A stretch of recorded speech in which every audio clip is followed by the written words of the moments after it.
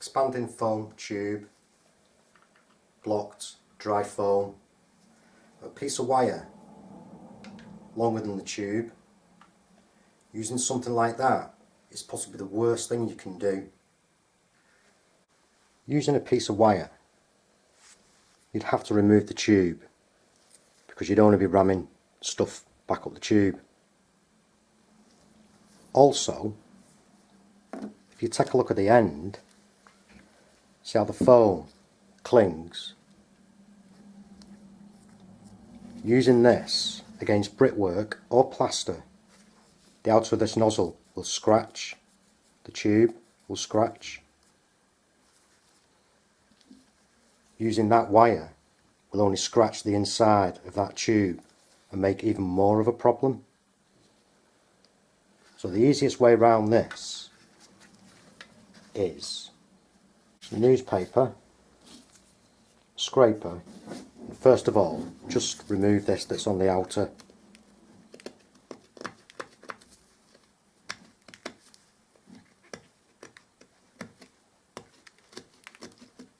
Quite difficult again because that tube has been scratched and this has got somewhere to hold on to.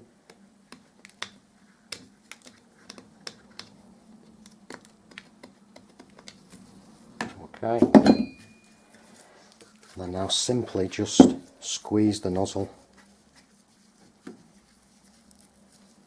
Now fortunately for me, I have an area here that is fully blocked.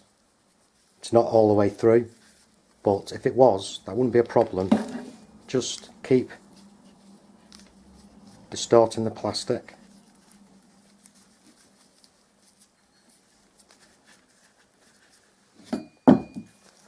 With the newspaper,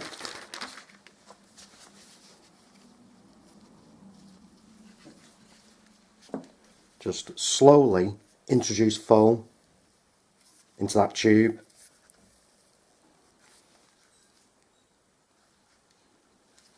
This is blocked up here as well.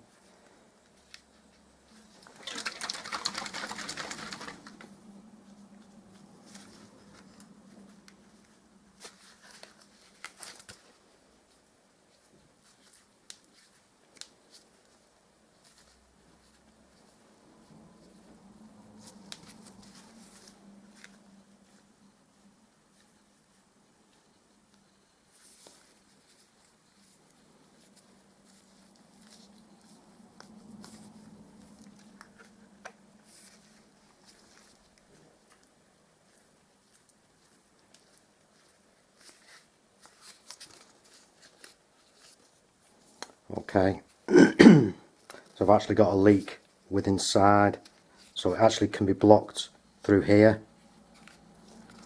The actual trigger mechanism, which is going to be fun.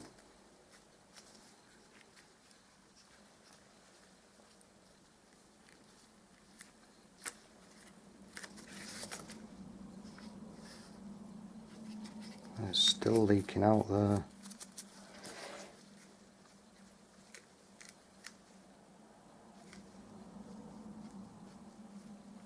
Right, so I'm going to have to take the nozzle off. Now this, I'm going to have to point away from me and just keep it down there.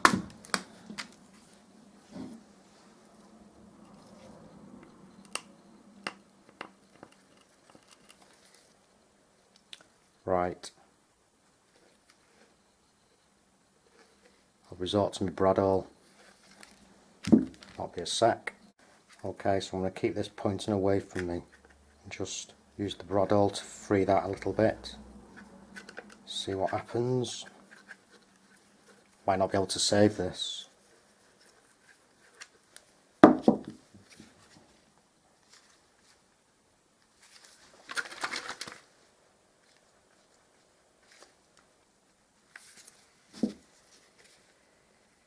Okay, it's still coming out from near the trigger.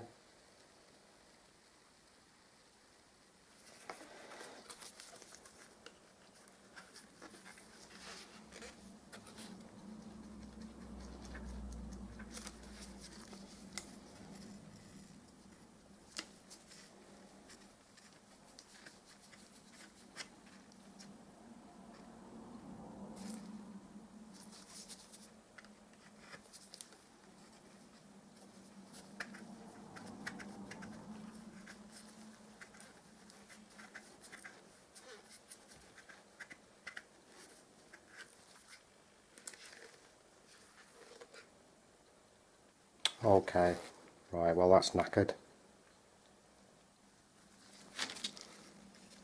So I can't show you with that.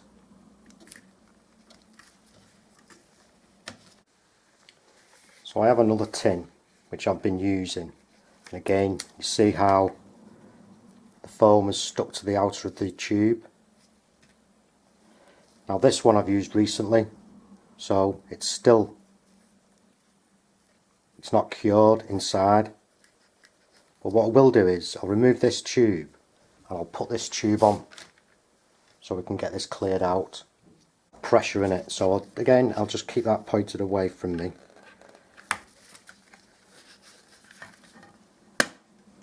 There you hear that blow then.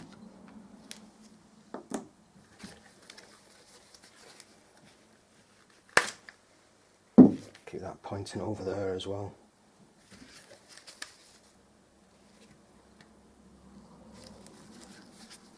Right, back to square one. So again, pinch that nozzle, make sure you've released the foam from off the inside, rotating it as well. Take the cap off and then just introduce a bit of foam. Just keep squeezing that. A little bit more foam.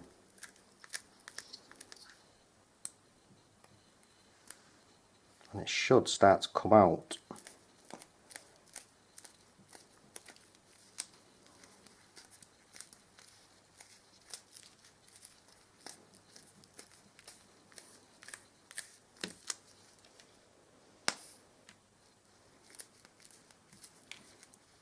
A little at a time, because this can go with a pop. But so that's solid coming out now. Just let the foam do its work, push that out.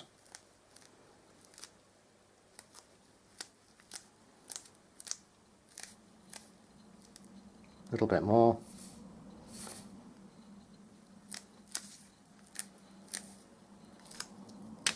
There you go.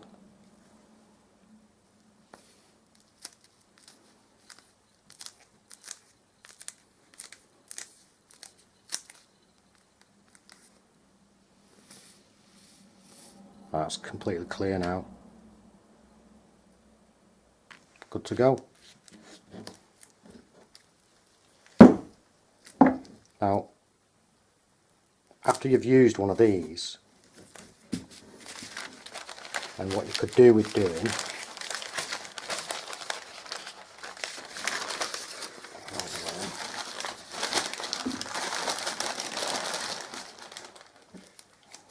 is simply, when you're finished for the day, just wipe that tube through. It's coming off now because it's easy to come off. I'll just wipe it through, and then that way, when you come to use it next time, if it has dried, it'll be a lot easier to free up.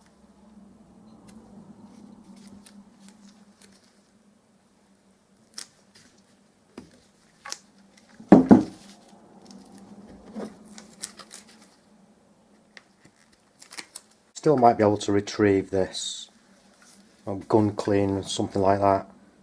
Just introduce it in there and it may free it up.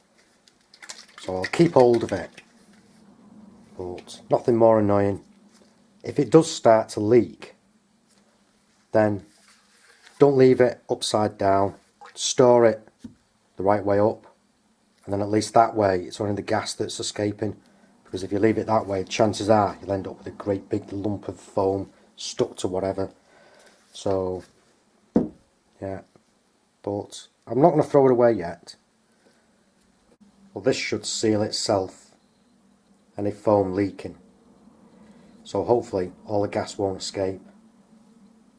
So when I come to clean this, I may be able to get one more use out of it.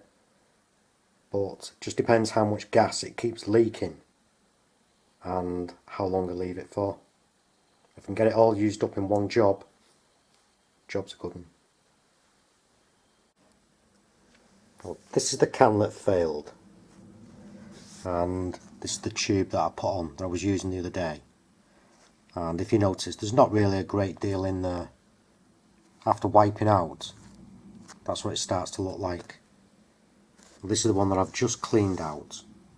Literally 10-15 minutes, and it starts to look quite clear.